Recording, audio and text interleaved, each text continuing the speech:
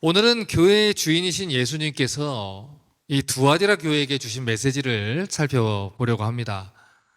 이 두아디라라는 지역은 오늘날 이 튀르키예라고 부르는 나라, 예전에 터키라고 불렀던 그 나라의 아키사르라는 지역을 이야기를 합니다. 이 에베소나 서머나 같은 항구 도시는 아니었지만 그 당시 가장 번창했던 도시들을 연결하는 통로에 있었던 아주 중요한 내륙 상업 도시였지요. 그래서 이 두아디라 도시 안에는 이 내륙을 연결하는 상업, 이 길드 조합들이 있었고, 다른 도시들에 비해서 상인들의 동합 길드가 활발하게 활동했던 도시였다고 합니다. 이 고고학자들의 발견했던 비문의 내용을 살펴보면 그 당시 두아디라라는 이 교회에서는 양털 제조업자, 또 세마포 직조공, 또 겉옷을 제조하는 업자들, 염색업자들, 가죽 제품 상인들, 또 토기장이들, 식빵 제조업자들, 노예 상인들, 구리 세공업자들 등등 이 동업조합들이 언급되어 있었다고 얘기를 해요. 그만큼 수많은 비즈니스들이 성행했던 도시, 이 돈이 많이 유통됐던 도시, 두아디라입니다. 또 이 두아디라라는 도시에는 그 당시 이 로마의 철제, 이 병기들, 이 무기를 제고하는 곳으로 유명했는데, 그러다 보니까 많은 이 기능공들 그리고 또 숙련공들이 그 도시로 몰려들었다라고 얘기를 해요. 또한 이 도시는 옷감을 만드는 이 직조 기술로 유명했습니다. 그러다 보니까 많은 염색 공장들이 들어서 있었다고 얘기를 하지요. 특히 이 두아디라 도시의 자주색 물감, 그러니까 이 퍼플색 물감이 그 지역의 특산품이었는데, 사도행전 16장 14절을 보면 이런 기록이 있습니다. 또 두아디라 시에 있는 자색 옷감 장사로서 하나님을 섬기는 루디아라 하는 한 여자가 말을 듣고 있을 때 주께서 마음을 열어 바울의 말을 따르게 하신지라. 자, 사도 바울이 이 빌립보라는 도시에 가서 복음을 전했을 때 그 빌립보라는 지역에서 처음 바울에게 복음을 전해받고 세례받았던 루디아라는 여자가 바로 이 두아디라 성의 자주석 물감을 팔았던 상인이었다는 것이죠. 그 당시 이 두아디라에 있었던 각각의 동업 길드들은 자기들이 섬겼던 신전에서 제사를 드리고 또 공동으로 식사를 하고 이후에는 방탕하고 음란한 축제를 벌였습니다. 두아디라 지하 역시 이 황제 숭배를 하고 있었어요. 특별히 그들은 그리스 신화에서 제우스의 아들이라 불렸던 아폴론 신을 지역의 수호신으로 섬기고 살았습니다. 그렇기 때문에 이 두아디라 지역의 크리스찬들이 굉장히 많은 어려움을 겪으면서 살았다 그래요. 지난번에 말씀을 드렸듯이 그 당시 소아시아 지역에서 황제 숭배와 또 상인 조합의 이 혜택들은 맞물려서 돌아갔기 때문에 이렇게 상업이 발달되었던 도시에서 로마 황제를 신으로 숭배하지 않는다는 것은 굉장한 어려움이 있었습니다. 그 당시 사람들은 이 상인 조합에 가입되지 않았으면 상거래를 할 수가 없었어요. 또 일자리를 구할 수도 없었습니다. 무거운 세금, 재산을 몰수당하는 것, 거기에다가 법적인 안전망도 누리지 못하고 또 동료들과 함께 누릴 수 있는 동료 의식들에서 완전히 배제됐기 때문에 이 크리스찬들이 받아야 했던 상대적인 불안감과 박탈감은 이루 말할 수가 없었다는 것이지요. 자, 그러면 그런 상황에 있었던 두아디라 교회가 어떻게 신앙생활을 했는지, 또 이 두아디라 교회 성도들에게 예수님이 어떤 말씀을 하셨는지 계시록 2장 18절을 보겠습니다. 두아디라 교회의 사자에게 편지하라. 그 눈이 불꽃 같고 그 발이 빛난 주석과 같은 하나님 아들이 이르시되. 자, 지금 두아디라 교회에게 나타난 예수님의 모습을 생각해 보세요.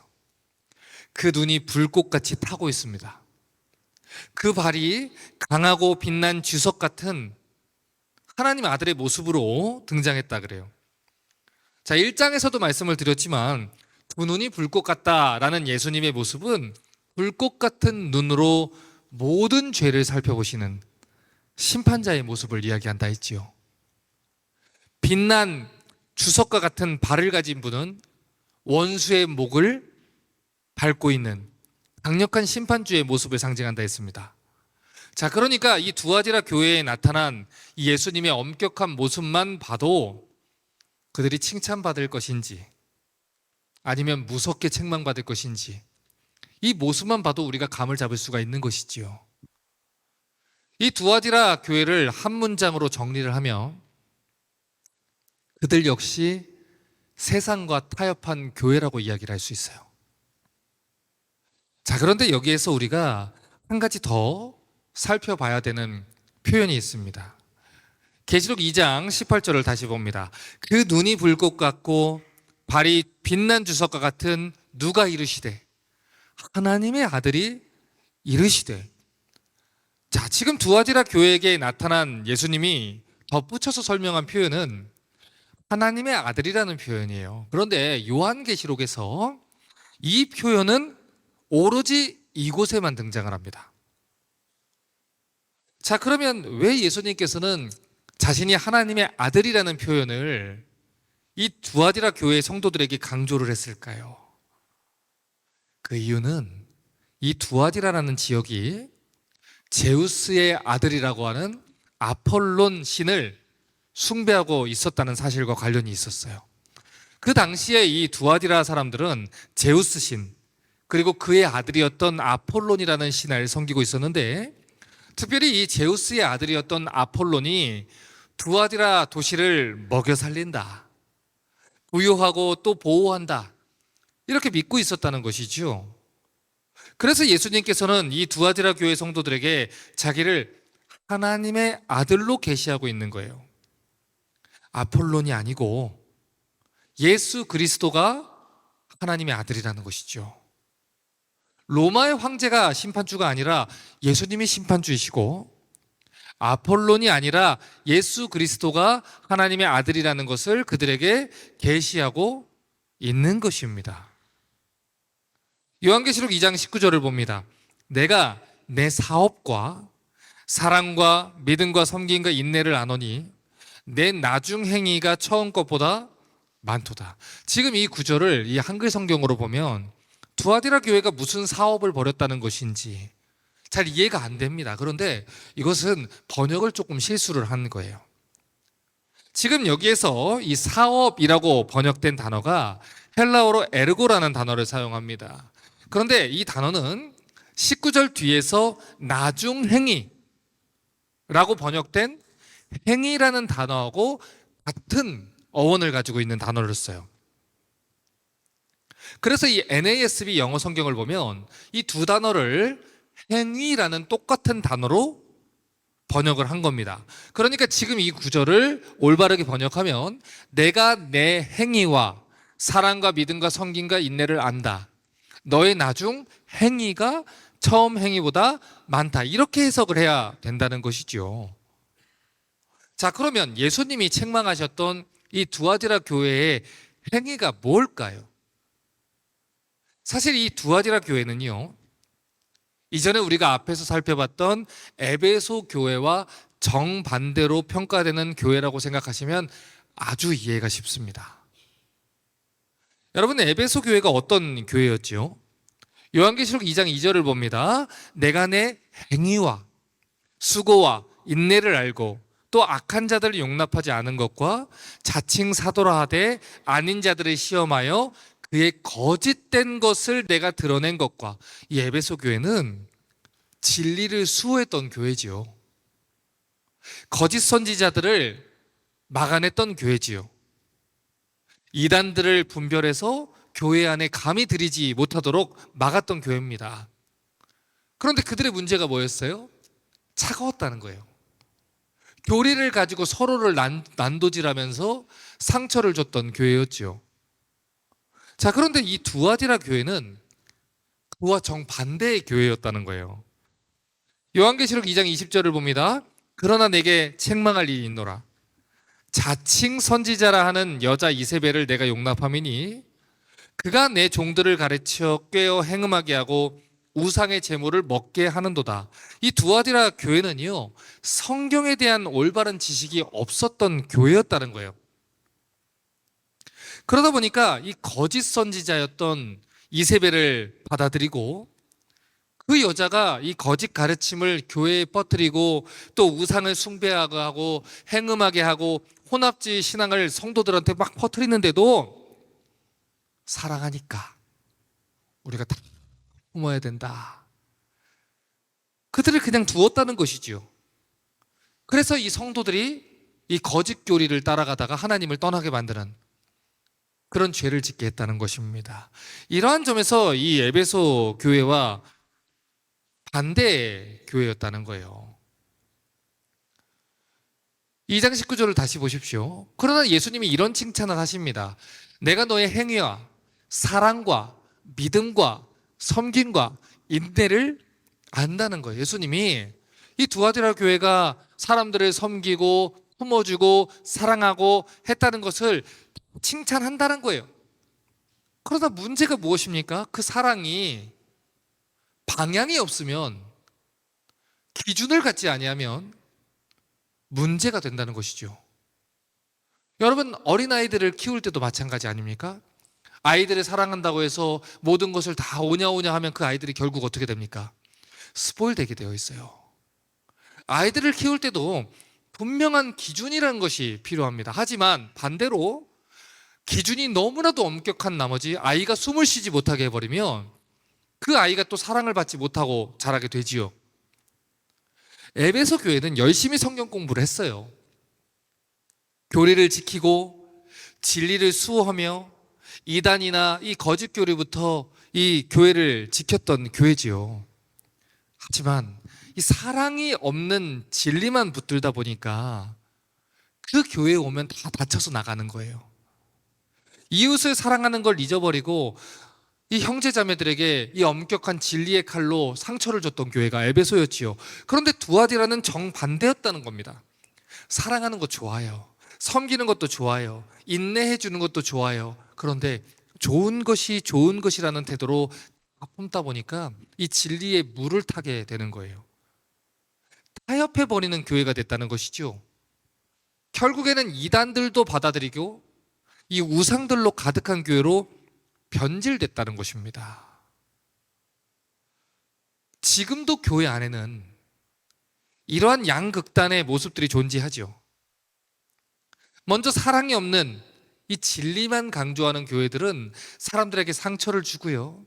많은 사람들을 교회에서 떠나보내는 잘못을 저질러요.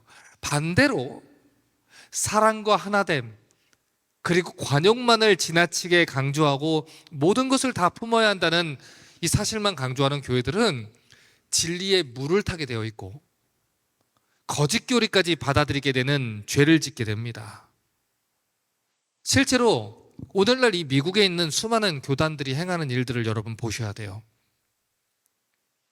그들은 분명히 성경이 죄라고 가르치는 이 동성애들조차 죄가 아니라고 주장하기 시작했습니다. 동성애자들도 사랑해야 된다라는 이유로 하나님이 죄라고 이야기한 것을 죄가 아니다라고 주장을 하며 급기야는 이 동성애라는 죄에 빠져 있는 사람들에게까지도 목사 안수를 주고 설교를 하게 하는 이 죄까지 저지르고 있지요. 여러분, 동성애자들이 교회에 와도 됩니까? 당연히 되지요. 하지만 동성애가 죄가 아니다, 회개하지 않아도 된다라고 주장하는 것은 안 되는 거예요. 물론 동성애를 이 죄를 짓고 있는 사람들에게도 복음이 필요합니다. 그들도 사랑이 필요합니다. 하지만 죄는 죄입니다. 그들을 정죄해서 교회에 발을 붙이지 못하게 하자는 것이 아니라 그들의 영혼을 구원하기 위해서 성경이 이 동성애라는 죄를 짐승과의 수간, 장모와의 간음, 딸과의 불륜, 이런 온갖 추악한 죄와 같은 선상에서 죄라고 취급하고 있다는 것, 레위기 20장이 분명히 그것들을 추악한 죄라고 가르치고 있다는 것을 알려주어야 한다는 것입니다. 그들이 소수라는 이유로 사랑을 받아야 한다면 짐승과 수가라는 자들도 소수라는 이유로 사랑을 받아야 하는 것이고, 옆집 아내와 남편과 간음을 저지르는 사람들도 사랑이라는 명목 아래에서 받아들여야 된다는 것, 성경이 같은 장에서 죄로 이야기하는 내용이라는 것이죠. 그래서 그들에게 회개를 요청해야 된다는 것입니다. 여러분, 교회 안에는 동성애자들이 올 수 있습니다. 간음을 저지르는 자들이 올 수 있지요.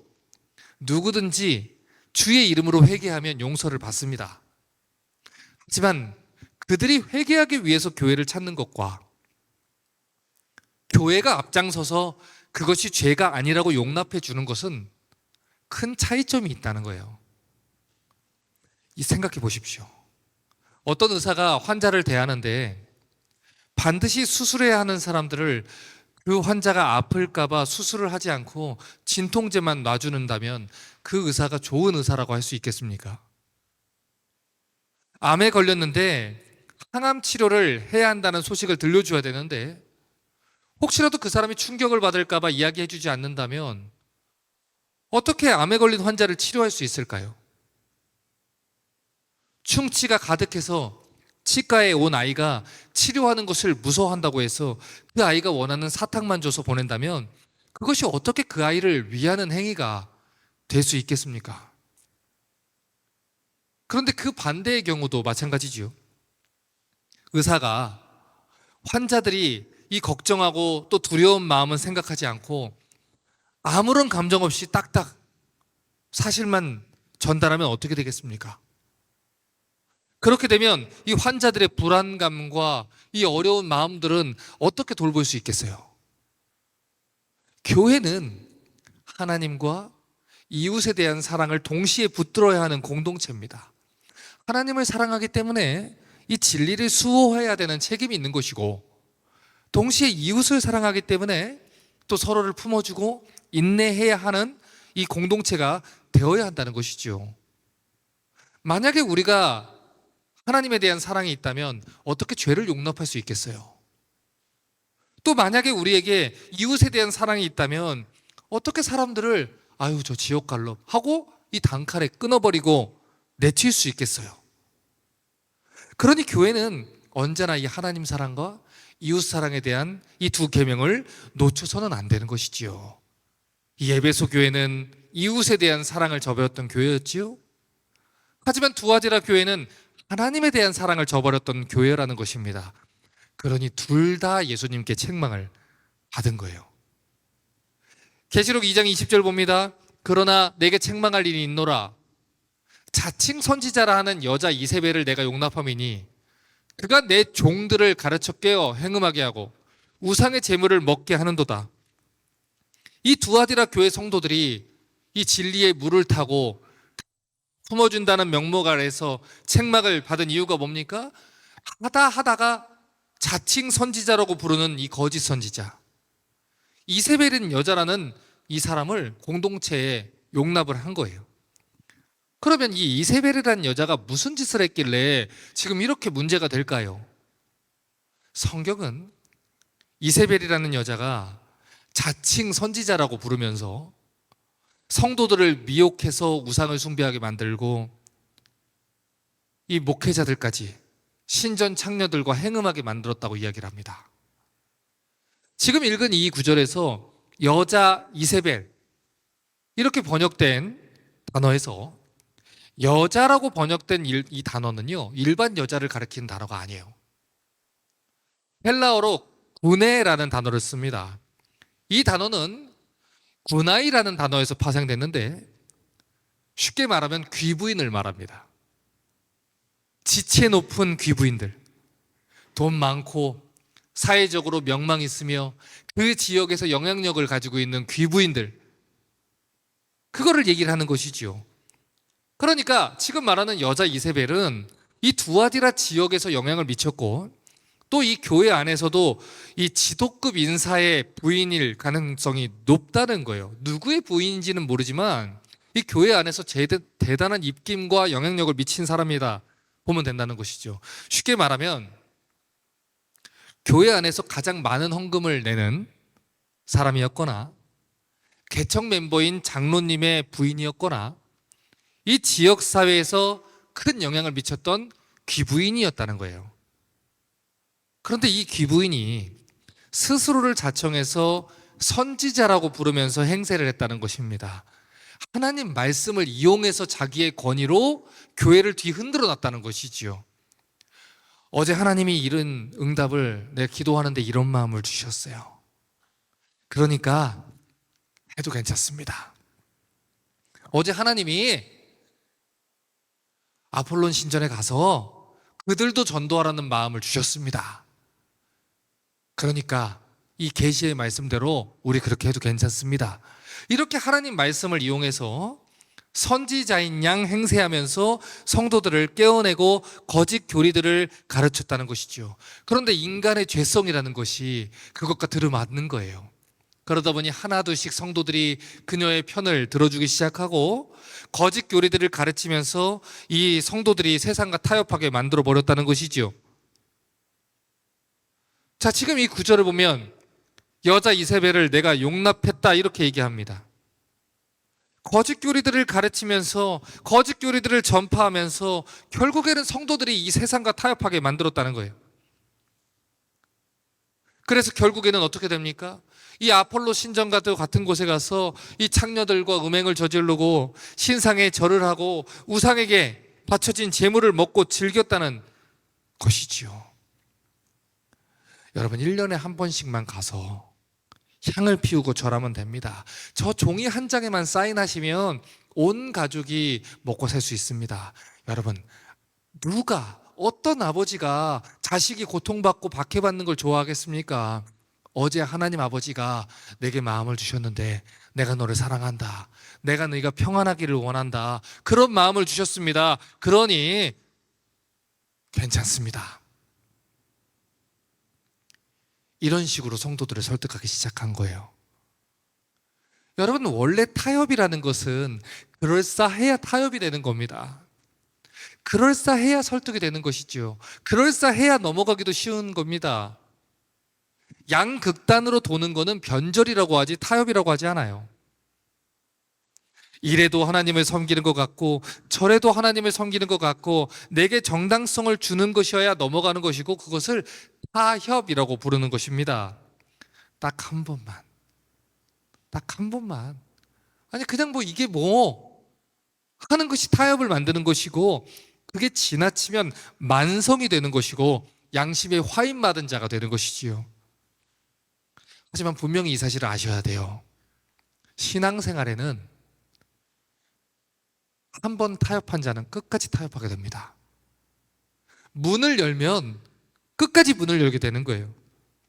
지금도 미국에서는 이 동성애를 반대하는 교회들이 그 교단을 탈퇴하기 위해서 싸우고 있어요. 그런데 여러분 그 교단을 탈퇴하면 어떤 일들이 벌어지는 줄 아십니까? 심한 경우에는 목사님들이 은퇴한 후에 연금들을 다 거부당하게 되어 있어요. 성도들의 숫자대로 벌금을 내게 되어 있어요. 돈이 걸려 있다 보니까 교회 건물이 걸려 있다 보니까 많은 교회들이 타협하기 시작하는 거예요. 하나님이 그들도 사랑하신다라는 명목 아래 성경에서 하나님이 반드시 죽일지니라 했던 그 죄를 타협하는 거예요. 세금을 70%씩 부과하고 부당한 대우들을 계속 주다 보니까 결국 사랑이라는 명목 아래서 기꺼이 타협해 주는 것이지요. 그런데 사탄이 그걸 안다는 거예요. 우리가 뭐에 약한지 너무 잘 안다는 것이죠. 그래서 성경은 말하는 겁니다. 들을지어다. 우리가 평안할 때 어렸을 때부터 재정과 인생에 대한 신앙 훈련을 해야 되는 거예요. 여러분 유대인들에게는 쉬운 성경이라는 게 없습니다. 유대인들은 어린이 성경이 없어요. 왜 그런지 아십니까? 하나님 말씀에 물을 탈 수가 없어서 그래요. 어려워도 힘들어도 어렸을 때부터 그것을 배워서 지켜나가야 하는 것이 하나님 말씀이다 라는 기준을 가지고 있기 때문에 그것을 어떠한 것도 손을 대지 않으려고 하는 것입니다. 여러분, 사역을 하면서 제가 깨닫게 된 게 있어요. 청년 때의 신앙은 진짜 신앙이 아닐 수 있다는 겁니다.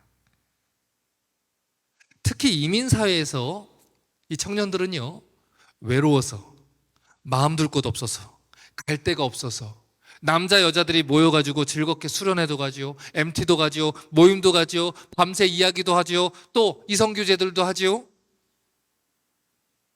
그때 교회에 몸담았던 청년들은 그때는 자기가 하나님을 사랑해서 소속된 거라고 생각을 하지만, 정작 결혼하고 아이 낳고 자신의 것이 생기기 시작하면 그 사람의 진짜 신앙이 드러나기 시작을 하는 거예요. 때때로 어떤 이 40, 50대 청장년들이 이런 말을 한다고 제가 말씀을 드리잖아요. 나 젊을 때는 열심히 했다. 나 청년 때는 열심히 했다. 그런 얘기 제가 많이 한다고 했죠. 꼴보기 싫어 죽겠어요. 그런 얘기 하지 마세요. 제일 꼴보기 싫어요, 그거. 왜 그러면 지금은 열심히 식었습니까? 예수님은 변한 게 없어요. 성경도 변한 것이 없지요. 변한 것은 나 자신이에요. 그리고 상황이 변한 것이죠. 예전엔 가진 것이 없었는데 지금은 많은 것을 가지게 됐고, 예전엔 부모님 집에서 부모님이 다 해줬는데 지금은 내가 다 책임져야 되는 거예요. 잃을 것도 많고 눈치 볼 것도 많은 것이죠. 뱅크 어카운트에 숫자 0이 하나 더 늘어갈수록 그 숫자가 깨지는 게 무서운 거예요. 그 숫자를 늘리기 위해서 살아가는 것이고, 집의 평수를 늘리기 위해서 살아가게 되는 것이지요. 여러분, 돈이 있으면 편합니까? 편합니다. 돈이 있으면 편해지는 게 사실이에요. 돈이 있으면 넓은 집에서 살 수 있어요. 돈이 있으면 넓고 쾌적한 차를 탈 수 있어요. 무엇을 사 먹을까 걱정하지 않아도 돼요. 자녀들에게 마음껏 해주고 싶은 걸 해줄 수가 있어요. 그래서 그것들을 포기하지 못하는 거예요. 그래서 누리고 있는 나의 생활을 지키고 싶은 거예요. 그래서 로마 황제 신상에 절을 하는 거예요. 세상이 요구하는 대로 타협하는 거예요. 성경의 원리대로 사는 것이 아니라 세상의 원리대로 살아가려고 하는 것이지요. 그렇게 믿음을 타협한 사람들이 이 두아디라 교회의 교인들이었다는 거예요. 앞으로 우리 주변에도 계속해서 유연성 있게 살아라, 관용 있게 살아라, 적당히 살아라 라는 사람들을 계속해서 만나게 될 거예요. 그럴 때마다 우리의 신앙을 지키려면 하루라도 빨리 철저하게 비우는 훈련을 해야 되는 것입니다. 쌓아둔 것이 많을수록 이 신앙을 지키는 게 어려운 거예요, 여러분. 예수님 외에 눈을 돌릴 것이 많을수록 그만큼 신앙을 지키는 것이 너무너무 어려운 거예요. 계시록 2장 21절을 보십시오. 또 내가 그에게 회개할 기회를 주었으되 자기의 음행을 회개하고자 하지 아니하는도다. 여러분, 얼마나 슬픈 일입니까? 예수님이 수많은 사역자들을 보내서 회개할 기회를 주셨다는 거예요. 그런데 이세벨은 회개하지 않았어요. 왜냐하면 너무 많은 것을 타협하는 가운데 누리고 있었거든요. 이세벨을 따른 자들도 마찬가지였어요. 이세벨을 따라서 많은 것을 누려보니까 너무너무 편하거든요. 그래서 회개하지 않은 거예요. 하나님 말씀이 울려 퍼지는데도 그냥 이것을 신앙생활의 스타일이 다른 것 정도로 치부하고 그냥 목사님이 강한 거지, 나는 부드러운 목사님이 좋아요, 성경이 분명하게 이야기하는 것임에도 불구하고 타협하고서 신앙생활을 하려고 하는 것이지요. 22절과 23절 봅니다. 볼지어다 내가 그를 침상에 던질 터이요 그와 더불어 간음하는 자들도 만일 행위를 회개하지 않으면 환난 가운데 던지고 또 내가 사망으로 그의 자녀를 죽이리니. 얼마나 무서운 말입니까? 모든 교회가 나는 사람의 뜻과 마음을 살피는 자인 줄 알리라. 내가 너희 각 사람 행위대로 갚아주리라. 여러분, 지금 예수님께서 이세벨을 침상에 던지겠다고 번역된 이 구절을 보세요. 어떤 사람들은 나는 구약의 하나님은 공의의 하나님 너무 무서워서 싫어요. 신약의 예수님이 사랑의 예수님이니까 좋아요. 지금 던지겠다는 분이 누굽니까? 예수님입니다. 예수님이 침상에서 일어날 수 없을 정도의 강한 충격을 주시겠다는 거예요. 심판 주시겠다는 거예요. 여러분, 그게 육신의 질병인지 아니면 어떤 사고로 인해서 누워버리는지 저는 몰라요. 그런데 분명한 것은 그 여자가 어떤 경제적인 활동도 영향력도 미치지 못할 정도로 하나님이 일어나지 못하도록 병상에다 누워버리겠다는 겁니다. 여러분, 상상해 보세요. 평생을 자기의 돈과 권력과 힘을 믿고 살아왔던 여자가 한순간에 꼬꾸라져서 침대에 누워 말도 못하고 움직이지도 못하고 일어나지 못하는 상황에 처하게 된다는 거예요. 그런데 이세벨뿐만 아닙니다. 그녀에게 꾀임을 받았던 사람들, 음행하고 우상숭배하던 사람들, 타협하고 세상과 하나님을 동시에 섬기던 자들에게도 회개하지 않으면 그들 역시 심판하신다는 거예요. 그들뿐만 아니라 그들의 자녀들까지도 사망으로 죽이시겠다라고 얘기합니다. 무슨 뜻입니까? 영원한 사망의 심판을 받게 된다는 거예요. 그들의 자녀들 또한 심판의 길을 걷게 된다는 것이죠. 여러분, 물론 오해하시면 안 돼요. 분명히 성경은 자기 믿음으로 구원을 받는다고 말합니다. 그러니 부모의 죄 때문에 자녀가 심판을 받지는 않아요. 자, 그러면 지금 이 말씀은 어떻게 해석을 해야 됩니까? 성경이 말하는 신앙의 이 전수 첫 번째 원칙이 뭡니까? 부모가 자녀에게 신앙을 물려주는 것을 말해요. 여러분, 이 신명기의 법을 보세요. 하나님께서 하나님 법대로 살지 않으면 저주가 3, 4대까지 이른다고 했지요. 여러분, 그것이 연좌제를 말하는 게 아니에요. 그 당시에는 보통 3대가, 4대가 같이 살았어요. 할아버지, 증조할아버지, 아버지, 손주 같이 살았어요. 그런데 할아버지 때부터 말씀을 떠나서 그렇게 살게 되면 어떻게 됩니까? 우리 룻기 배웠잖아요. 엘리멜렉이 하나님 말씀 안 가르치니까 그의 아들 말론과 기론이 죄 중에서 죽임당하지 않습니까? 할아버지가 말씀대로 살지 않으니 아버지가 신앙을 가질 수가 없는 것이고, 아버지가 말씀대로 살지 않으니 아이가, 손주가 신앙의 가치대로 살지를 못하는 거예요. 세상의 원칙대로 살다가 우상을 섬기고 타락해서 부모와 똑같은 모습으로 살다가 심판을 받게 된다는 것이죠. 여러분, 크리스찬 부모들이 교회는 다니면서 하나님 사랑한다 하면서 우상을 섬기고 타락해서 세상 속에 들어간다면 그 모습을 제일 먼저 누가 보겠습니까? 자녀들이 봅니다. 우리의 자녀들이 아빠 엄마한테 그걸 얘기하는 게 불편해서 얘기를 하지 않을 뿐이에요, 여러분. 자녀들이 다 보고 있어요. 우리가 무엇을 선택하는지, 어떤 가치로 살고 있는지, 정말 하나님을 사랑하는지 아닌지, 우리 마음속에 어떤 것이 있는지 자녀들이 다 보고 있다는 거예요. 제가 목회를 하면서 정말 놀라운 사실을 깨달은 게 있어요. 부모의 신앙을 뛰어넘는 자녀를 보기가 힘들다는 겁니다. 제가 신앙생활을 마음대로 하는 부모를 보잖아요. 더욱더 마음대로 신앙생활하는 자녀들을 봅니다. 기분에 따라서 신앙생활을 휙휙하는 부모한테는 더욱더 기분에 따라서 신앙생활하는 자녀들이 나옵니다. 자기 중심적으로 신앙생활하는 부모에게는 더욱더 자기 중심적으로 신앙생활하는 자녀들이 나오고, 목회자와 교회를 멸시하는 부모에게는 목회자와 이 교회를 멸시하는 자녀들이 나와요. 하나님을 두려워하지 않는 부모 아래에서는 더욱더 하나님을 두려워하지 않는 자녀가 나옵니다. 여러분, 성경은 믿음이 전수되는 방식에 있어서 부모의 책임, 부모의 역할을 굉장히 중요하게 가르쳐요. 그러므로 우리의 자녀들이 구원받고 믿음의 자녀로 똑바로 살기를 원한다면 제발 하나님 앞에서 회개할 기회를 놓치지 말라는 것입니다. 이 말씀을 듣고 신실하게 신앙생활을 해야 된다는 거예요. 타락한 사람들을 따라서 똑같이 타협하고 우상을 섬기지 말고 예수님 말씀대로 예수님 섬기면서 살아야 한다는 겁니다. 이제 오늘 설교를 정리합니다.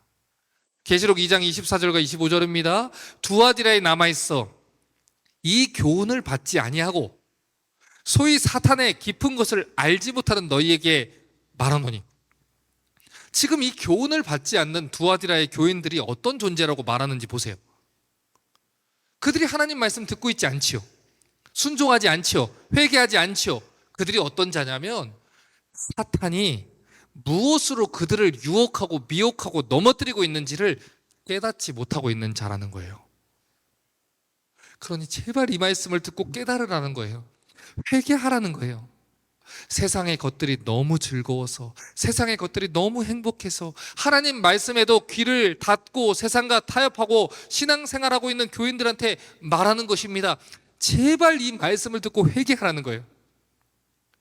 그래서 26절부터 29절을 보면 제발 이 말씀을 들으라라는 메시지를 주시는 겁니다. 이기는 자와 끝까지 내 일을 지키는 그에게 만국을 다스리는 권세를 주리니 그가 철장을 가지고 그들을 다스려 질그릇 깨트리는 것과 같이 하리라. 나도 내 아버지께 받은 것이 그러하니라. 내가 또 그에게 무엇을 주리라? 새벽별을 주리라. 귀 있는 자는 성령이 교회에게 하시는 말씀을 들을지어다. 자, 지금 여기에서 주목해야 되는 표현은 새벽별을 주시겠다는 거예요. 여러분, 유대인들의 개념에서 새벽이라는 개념은요, 모든 어두운 것이 물러가고 억울하고 눈물 짓고 답답한 시간이 지나가는 시간을 말합니다. 그러니 새벽별이 뜨는 그 시간이 왔다는 것을 알리는 것은 하나님 주시는 새 소망, 참된 빛이 비치는 그것을 상징하는 거예요. 그런데 민수기 24장 17절을 보니까 메시아에 대해서 이런 예언이 있습니다. 내가 그를 보아도 이때의 일이 아니며 내가 그를 바라봐도 가까운 일이 아니로다. 한 별이 야곱에게서부터 나오며 한 귀가 이스라엘에게서 일어나서. 지금 이 구절을 보면 한 별이 야곱과 또 이스라엘에게서 나온다 그래요. 이것이 바로 장차 오실 새벽별, 메시아 예수 그리스도를 예언한 내용입니다. 그러니까 이 계시록 2장 28절이 말하는 새벽별은 어떤 이단들이 얘기하는 교주들을 얘기를 하는 것이 아닙니다. 예수 그리스도를 이야기를 하는 거예요. 그래서 이 계시록 22장 16절은 이것이 이단이나 이단의 교주가 아니란 분명한 증거를 얘기합니다. 나 예수는 교회들을 위하여 내 사자를 보내요. 이것들을 너희에게 증언하라 하였노라. 나는 다윗의 뿌리요 자손이니 곧 광명한 무엇이다? 새벽별이라 하시더라. 누가 새벽별입니까? 예수 그리스도가 새벽별이라는 거예요. 그러니 이 사실을 기억하라는 겁니다. 지금은 비록 온 세상이 어두운 것 같아요. 로마의 황제와 아폴론 신을 섬기며 세상과 타협하며 살아가는 사람들이 잘 되는 것처럼 보일 수 있어요. 그들의 자녀들의 앞날이 빛이 비추어지는 것처럼 보일 수 있어요. 탄탄대로처럼 보일 수 있어요. 그러나 이세벨이 어떻게 되었는지 보십시오. 그 기부인 이세벨이 한순간에 침상에 던져지는 거예요. 주님 오시는 날에 모든 어두움이 물러가고 모든 악한 것이 밝히 드러나는 일이 온다는 겁니다. 그래서 히브리서 10장 36절과 37절은 이렇게 얘기해요. 너희에게 인내가 필요함은 너희가 하나님의 뜻을 행한 후에 약속하신 것을 받기 위함이라. 잠시 잠깐 후면 오실 이가 오시리니 지체하지 아니하시리라. 우리 주님이 오신다고 하셨어요. 잠시 잠깐 후면 오신다고 하셨어요. 공의대로 심판하신다고 하셨어요. 갚아주신다고 하셨어요. 타락하고 변질된 것도 갚아주실 것이고 충성되고 헌신한 모든 것들도 갚아주신다고 하셨어요. 그러니 우리의 믿음을 굳게 붙잡으라는 거예요. 여러분, 이번에 한국에 가서 레위기 어른 성경학교를 진행하고 왔어요. 그런데 한 집사님이 이 넥타이를 선물해 주셨어요. 그런데 쇼핑백에 루이비통이라고 써 있는 거예요. 제가 명품을 몰라도 루이비통은 알아요. 비싼 거라는 걸 제가 알지요. 그런데 그 집사님이 제가 알기로 형편이 그렇게 넉넉하지 않아요. 그런데 목사님 생각해서, 목사님 사랑해서 좋은 것을 드리고 싶은 마음에 이 넥타이를 선물해 주신 것 같아요. 그 마음이 너무 귀하잖아요. 그래서 이 포장된 박스와 이 쇼핑백 그대로 제가 고이 가져오려고 했어요. 그런데 비행기 이 캐리어 이 가방 규정이 23kg 아닙니까? 그래서 우리 성도들과 또 복음을 전하기 위해서 사용되는 이 크리스천 리스타트를 책에 담아오려고 하는데 이 박스와 뭐 쇼핑백 무게까지 다 담을 수가 없어가지고 제가 모든 것들을 다 뜯어가지고 알맹이만 가져왔거든요. 그러니까 무슨 생선 포장하듯이 이렇게 하얀 포장지에 이렇게 옷 사이에 감아갖고 넥타이만 이렇게 가져왔어요. 제가 이 내 집사님의 마음이 너무 귀했기 때문에 선물해 주신 포장 그대로 가져오고 싶었지요. 하지만 이 무게 제한 때문에 가장 중요한 넥타이만 들고 온 거예요. 여러분, 신앙생활이 이와 같습니다. 여러분, 돈이 있으면요, 편한 게 사실입니다. 돈이 있으면 좋은 거, 많은 것들 누릴 수 있는 게 사실이에요. 명예와 권력도 있으면 좋은 게 사실입니다. 여러분, 다 가지고 갈 수 있으면 얼마나 좋겠습니까? 하지만 그것이 하나님 말씀에 순종하는 데 방해가 된다면 내 삶에 제한을 걸어야 되는 거예요. 내가 하나님 말씀에 순종하는 데 방해가 된다면 기꺼이 내려놓을 수도 있어야 되는 것이죠. 주님의 뜻을 행하는데, 주님의 나라를 위해서 살아가는데 방해가 되는 모든 것들을 내려놓을 수 있을 바랍니다. 그래서 이 땅에 사는 동안 주님을 온전히 쫓아갈 수 있기를 부탁드려요. 요한계시록 7장 17절은 말합니다. 이는 보좌 가운데서 계신 어린 양이 그들의 목자가 되사 생명수 샘으로 인도하시고 하나님께서 그들의 눈에서 모든 눈물을 씻어 주실 것입니다. 여러분, 이번에 한국에 가서 말씀을 전할 때 잠을 2-3시간씩밖에 못 잤습니다. 새벽부터 일어나서 원고를 보고 준비를 했고요. 아침 일찍부터 목사님들, 성도들을 만나서 상담을 하고 또 이 성경 교육 커리큘럼 세팅을 도와드리고 강의를 하고 설교를 하고 밤 늦게 강의 끝나면 또 상담 오는 성도들도 만나고 또 미팅을 갖고 그리고 집에 들어가서 또 원고를 보고 자고 했습니다. 저희 아들이 아빠를 너무 사랑하니까 계속 전화해서 아빠 맛있는 거 좀 드셨어요? 이것 좀 드세요? 이것 좀 하셨어요? 어디 가셨어요? 하나도 못했어요. 집에서 밥 먹고 나갔고요. 지하철 타고 가서 말씀 전하고요. 사람 만나고 오고요. 그러다 지쳐서 잠들어서 쓰러지고요. 아침에 일어나면 제일 먼저 병원에 가서 목을 치료하고요. 또 그 목으로 또 하고요. 그렇게 말씀 전하다가 원래는 다음 주에 스탠바이 티켓이 나서 목요일에 와야 된다고 하는데 우리 성도들한테 말씀을 전해야 되기 때문에 LA를 거쳐서 마일리지로 끊고 와서 오늘 강단에 서 있는 거예요. 이 강단에서 말씀 전하기에 어젯밤에 낮에 수면제 먹고 자서 오늘 말씀 전하고 있는 겁니다. 즐기고 싶다는 것, 누리고 싶다는 것 누가 못하겠습니까? 그러나 우리는 하나님 나라 백성입니다. 왕이신 하나님을 위해서 살아갑니다. 하나님의 교회가 타락하고 하나님의 교회가 하나님 말씀을 듣지 못해서 헤매이고 있기 때문에 기꺼이 그 모든 것들을 반납하고 내 자유를 반납하고 하나님 위해서 살아가는 것입니다. 바라기는 저와 여러분이 그런 삶 살 수 있기를 바랍니다. 세상과 타협하지 말고 하나님이 원하시는 것을 가장 기쁘게 여기며 하나님 뜻을 행하는 것을 가장 즐거워할 수 있는 교회 되시기를 주님의 이름으로 축복합니다. 아멘. 이 시간 같이 찬양하고 말씀 붙잡고 잠깐 기도하겠습니다.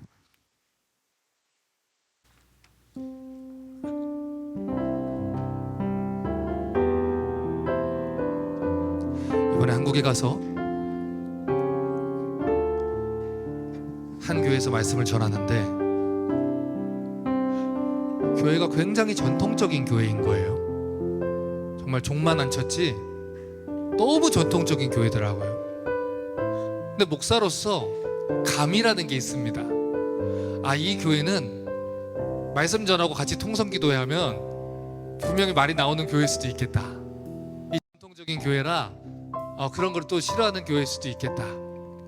아침 10시 반에 예배를 드리는데 그게 익숙하지 않으면 좀 그럴 수도 있겠다. 스타일이 무슨 상관이 있어요? 우리한테 하나님의 은혜가 필요한데 했어요. 그냥 하나님 말씀 전했어요. 아침 10시 반이건 저녁 7시 반이건 밤 11시건 하나님이 은혜를 주시는데 하나님 복음을 전했더니 성도들이 마스크라고 뭐고 다 번지는 정도로 통곡을 하고 하나님 앞에서 우는 거예요. 자리에서 일어나지 않고 하나님 앞에 기도하고 그 앞에서 눈물과 감격으로 가는 거예요. 목사님 하나님 말씀 전해주셔서 감사합니다. 목사님 복음 전해주셔서 감사합니다. 오늘도 복음만 전하면 살아나는 성도들이 많습니다. 오늘도 하나님 말씀만 전해주면 회복될 교회들이 많아요. 그런데 많은 교회들이, 많은 목회자들이 사람들의 눈치를 보며 그들에게 하나님 말씀을 전하지 않다가 오늘날 교회가 이렇게 되어버린 것입니다. 우리의 소망은 하늘나라에 있습니다. 우리의 소망은 하나님께 있습니다. 복음이 전파될 때 교회는 회복되고 복음이 전파될 때 하나님 성도들은 살아납니다. 이 시간 우리 같이 찬양하고 말씀 붙잡고 잠깐 기도하겠습니다.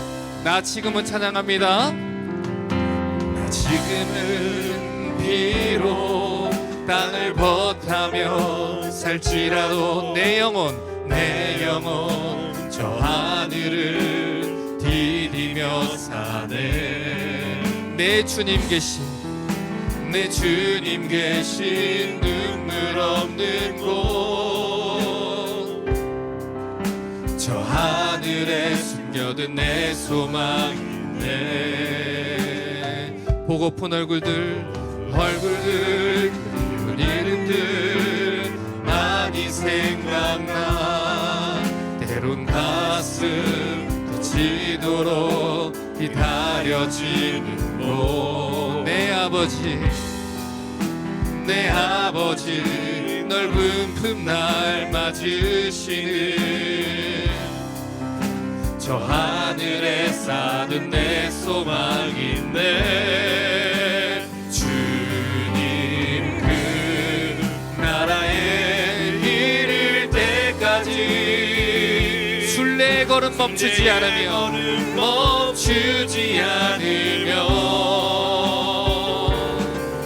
어떤 시련이 와도 나 두렵지 않네. 주와 함께 걷는 이 길에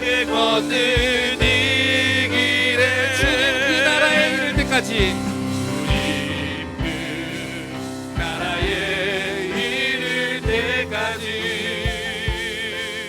순례의 걸음 멈추지 않으며 어떤 시련이 와도 나 두렵지 않네. 주와 함께 걷는 우리 주신 말씀 붙잡고 감사해요.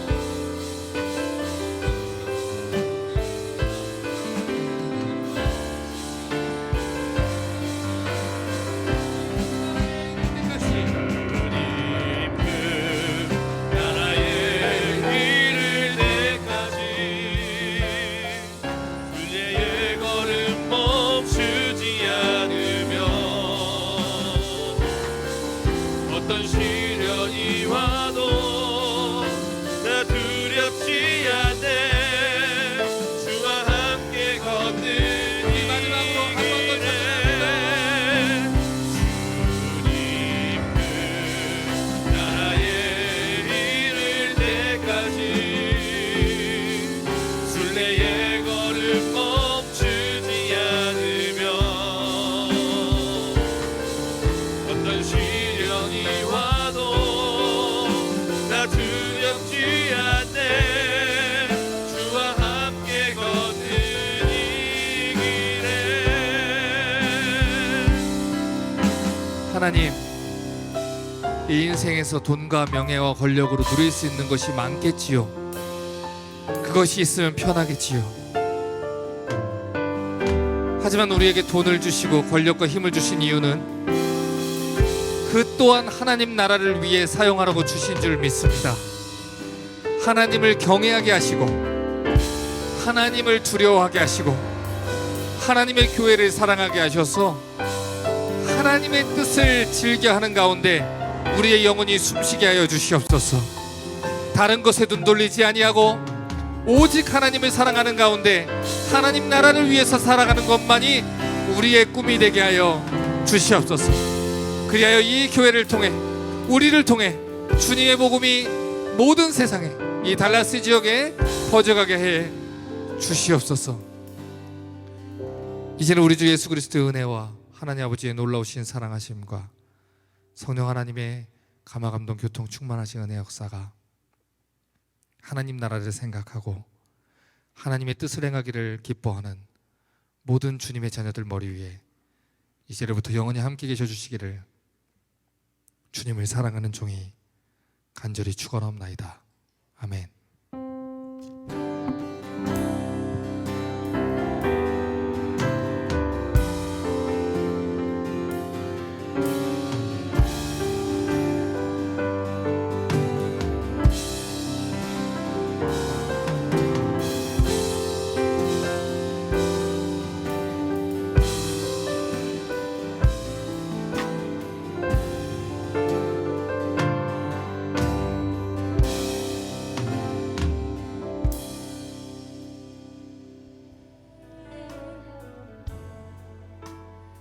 네, 다들 감사합니다. 우리 공동회를 이제